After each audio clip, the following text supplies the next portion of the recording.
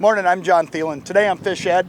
We're up in North Dakota. We're fishing some prairie lakes up here. And I'll tell you what, we woke up to good old-fashioned North Dakota wind. She's ripping this morning, and it's only going to get bigger and bigger. So we got out here bright and early. I mean, we were here at sunrise, and that's very deliberate today, because by mid-afternoon, this thing's going to be ripping at 30. So we wanted to get out here before it really cranks up. Should be a pretty good bite if we play the wind right. Stay right where you're at. Fish Ed's coming up.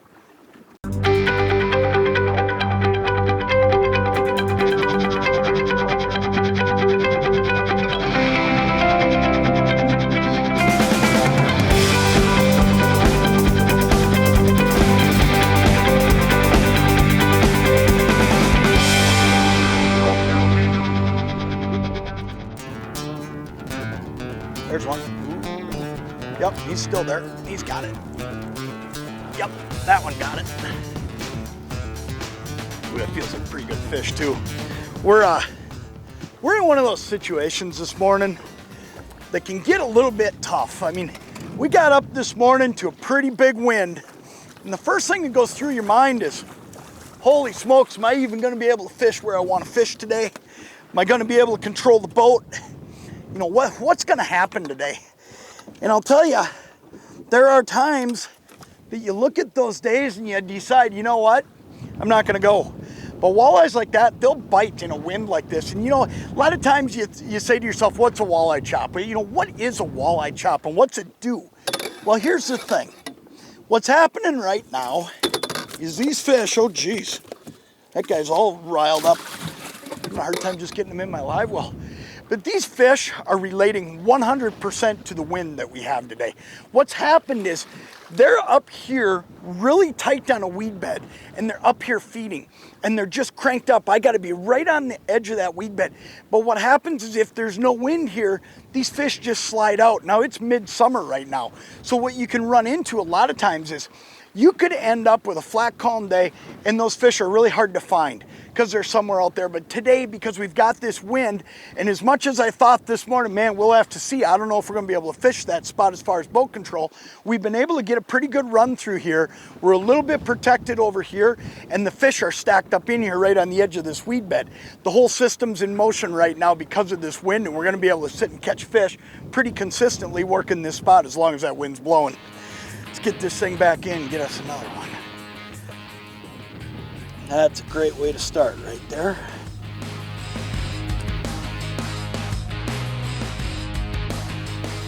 That sun's finally starting to get up a little bit higher, and that should help us, because one of the things that happens is when you're fishing the windy side of the lake, when you're fishing these areas where it gets shallow and it's got a soft bottom coming into it, it muddies up a little bit, and there's a point where it's gonna get too dirty to fish, and then you'll just have to leave.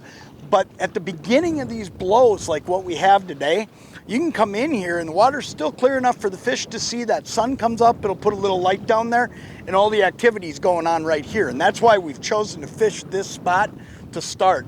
But if it gets to a point where it's just too muddy, if all of a sudden it just chocolate milks up on me, we'll just have to find another spot with some wind coming into it that doesn't have as soft a bottom, so it doesn't get as dirty as fast.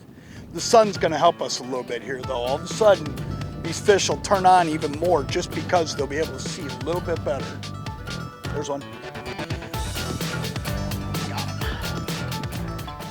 Oh boy, I don't know. Got the right kind of fish or not. Oh yeah, that is a walleye. You know what? I thought I had a pike here, and I didn't get real excited about it because I've caught a couple pike, and I look back and this thing had gotten himself almost up to the surface. You know what? It's a great eye. It just goes to show you that when these fish, they get all active like this. Look at that, he got himself unhooked for us too. Let me get him settled down. We'll show him to you. Then we'll get rebaited and get him back out there. Look at that, that's a great eye right there. But man, I look back here and I saw him hit it, but he came up, and a lot of times when they come up, it's gonna be a pike, but that's a great walleye right there. I'll pitch him in, and then I wanna show you what I'm using today, because I think this is the greatest way to fish a wind-blown area that there is, spinners. And what makes a spinner so good in a situation like this is there's a lot going on right now. There's wind coming in here, there's wave action on the surface, whatever weeds are in here, they're moving. everything's happening down there. There's a lot of movement. So what you got to do is you got to use something that will grab the attention of these walleyes. And I want to show you the exact setup that I'm using here, if I can get it untangled from the net. Oh, that wasn't as bad as I thought. This is just a good old-fashioned, simple Little Joe spinner. This is the crawler harness version. And I'll tell you what, these things, they've been catching fish forever. Little Joe became part of the Lindy family in the early 70s, and there's all kinds of different configurations of crawler harnesses, spinner rigs. You know, they make what's called the Heart of Steel spinner rig, which is a steel leader deal so that you can go out if you're going to deal with a lot of pike and not lose them. I'll tell you what, it's just one of the greatest ways to fish, and these are one of the greatest products ever made. There's a whole variety of colors and shapes, and really anything you're looking for, Little Joe's got. And day in and day out, they just flat out catch fish. And I think spinner fishing, especially on days like today, it is the most effective way to catch fish, because I'm moving, I'm covering ground, but I'm making a bunch of noise and racket down there and flash so that I'm grabbing their attention with all the other stuff they have going on down there. There's one right there. Is he still on there? Oh yeah, he's just swimming with it. Look at that. He was just kind of dragging and swimming with it, and I thought for a second that he was maybe gone, but he was just hanging on to it and sucking on it and coming with me. Sometimes he'll do that. You know, that's why a lot of times you see me just leave that line in the rod holder until that fish really loads it up good. Ooh, that's another great eye. Look at that. Man, I'll tell you, I just love spinner fishing. I really do. It's one of my favorite ways to fish. And part of the reason that it's one of my favorite ways to fish is it's just so effective. It's so effective on a day like today when that wind's blowing. It's effective when it's calm.